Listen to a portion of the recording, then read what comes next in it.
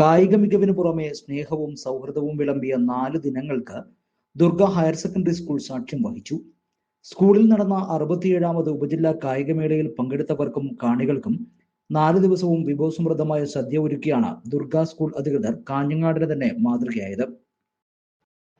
ആരംഭം മുതൽ ഒടുക്കം വരെ ആതിഥേയത്വം ഒരു കലയായി കണ്ട സ്കൂൾ കൂട്ടായ്മ ഓരോ ദിവസവും 2000-ഓളം ആളുകൾക്കാണ് ഭക്ഷണം വിളമ്പിയത്. 4 ദിവസവും മുടങ്ങാതെ പ്രഭാത ഭക്ഷണം, ഉച്ചഭക്ഷണം, മാംസാഹാരം, പായസം ഉൾപ്പെടെ 4-ലധികം കറികൾ ചേർത്ത ഗംഭീര സദ്യയാണ് ഒരുക്കിയത്. സ്കൂൾ അധ്യാപകരും PT അംഗങ്ങളും വിദ്യാർത്ഥികളും ഒറ്റക്കെട്ടായി നിന്നാണ് ഭക്ഷണ വിതരണം ഒരു തരത്തിലുള്ള അപാകതയുമില്ലാതെ പൂർത്തിയാക്കിയത്. നീലേശ്വരം പള്ളിക്കര സ്വദേശികളായ ഉമേശൻ, രാജനന്ദി തിരിയൻ എന്നിവരാണ് ഈ വിഭവസമൃദ്ധമായ സദ്യയുടെ രുചിക്ക് പിന്നിൽ.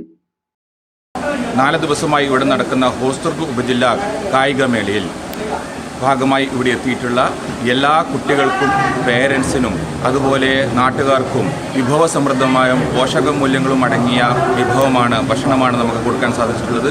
ദിവസവും 2000-ൽ കൂടുതൽ ജനങ്ങൾക്ക് ഭക്ഷണം നമുക്ക് ഇവിടെ കൊടുക്കാൻ വേണ്ടി സാധിച്ചിട്ടുണ്ട്.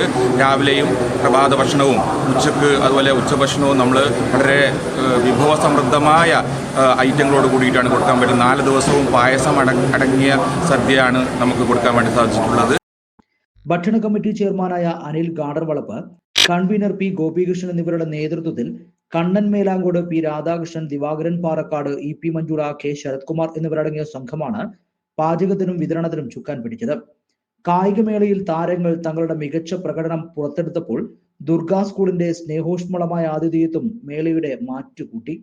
കായിക കേരളത്തിന് മറക്കാനാവാത്ത രുചി അനുഭവമാണ് ദുർഗ സ്കൂൾ സമ്മാനിച്ചത്.